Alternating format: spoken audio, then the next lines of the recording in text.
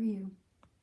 I didn't really plan this one out, but it just felt like it had been a while, and I'm doing it, I guess. So let's see what comes out. Have you seen, I think it's on Netflix, and I don't even remember the hypnotist who does it, but it's called The Push. And it's a documentary, but it's an experiment. And this guy's like, I wonder if I can get someone to kill someone.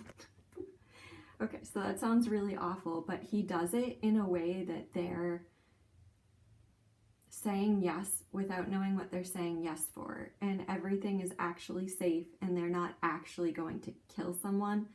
I think it might be like 90 minutes, and it starts with just a guy asking another guy to help him out with something, like super simple, like pass me the salt, and he says yes, and it ends with, okay, I just need you to push this guy off this building.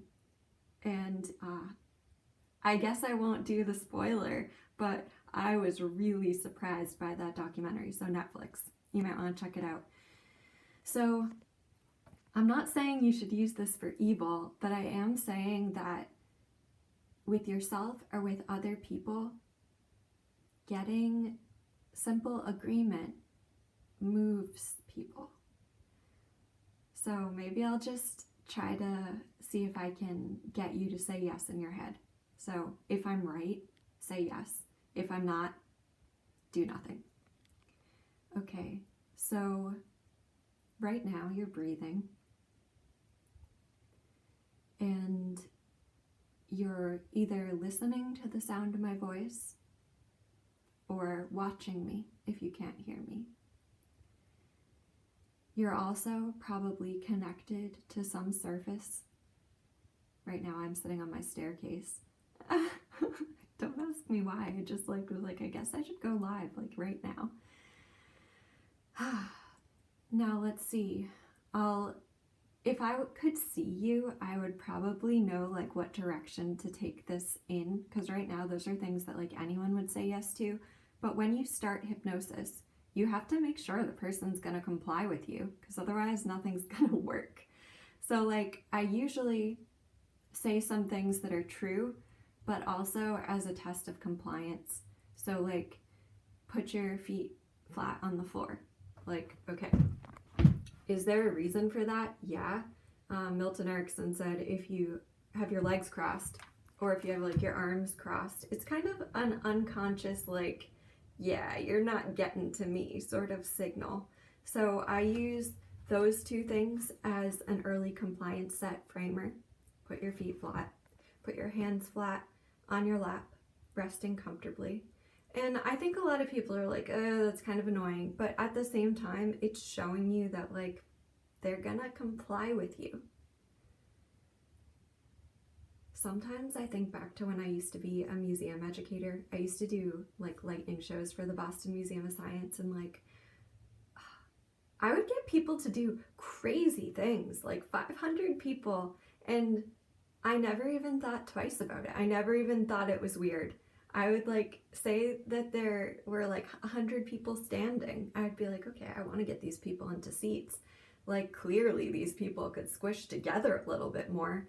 So I'd like have everyone squish in towards the center, and like everyone just did it without even like batting an eyelash, and like I'm sure that was sweaty and uncomfortable and awful.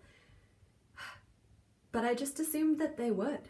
And I think part of that might be important for compliance, just kind of like expecting that they would, especially having a good intention inside of you, because obviously people can use this for like evil. Like an example of that would be like, I don't know, like the porn industry. Like a girl thinks she's just like on a regular photo shoot, but then it's like, okay, roll your sleeves up. Like, sure. Like unbutton the first button. Like, oh, hey, it's good to see you. And then maybe, next thing they know, they're like doing a full video. So compliance is moving people. You're going to hit a wall at some point with most people. And that's the point when you stop and wait, or give them reason to stay with you. So a lot of times when I was teaching, if I could tell people are like, this is boring, I'm leaving, or like, we don't want to do this, this is hard work. And if I'm like, yeah, I know this sucks, but let's do it so we can have fun. And then people would be like, all right, like, let's just push through it. At least she knows it sucks. So like another way to get compliance is kind of to acknowledge that you know what people are feeling. Like if they think it sucks, just telling them that you know that can be like, all right, she gets me or he gets me. So there's my mini compliance set lesson, and I think there's a second Netflix documentary. One was The Push, and the other one was, I don't know the name of it, but it's the same guy. Maybe it was Darren Brown. And he decides that he's going to see if he can take a person who, I don't really think I'm going to say this politically correct, but like, I'm going to say a person who might be racist. I don't really know how I should say this correctly. And see if he can get that person to risk his life to save someone that he used to be racist against, all through compliance. So I used to think of it as just getting on the same page as someone. Like, you're not going to be like, hey, come do this crazy thing with me just cause. Like, you kind of have to get on the same page of like, why would I want to do that?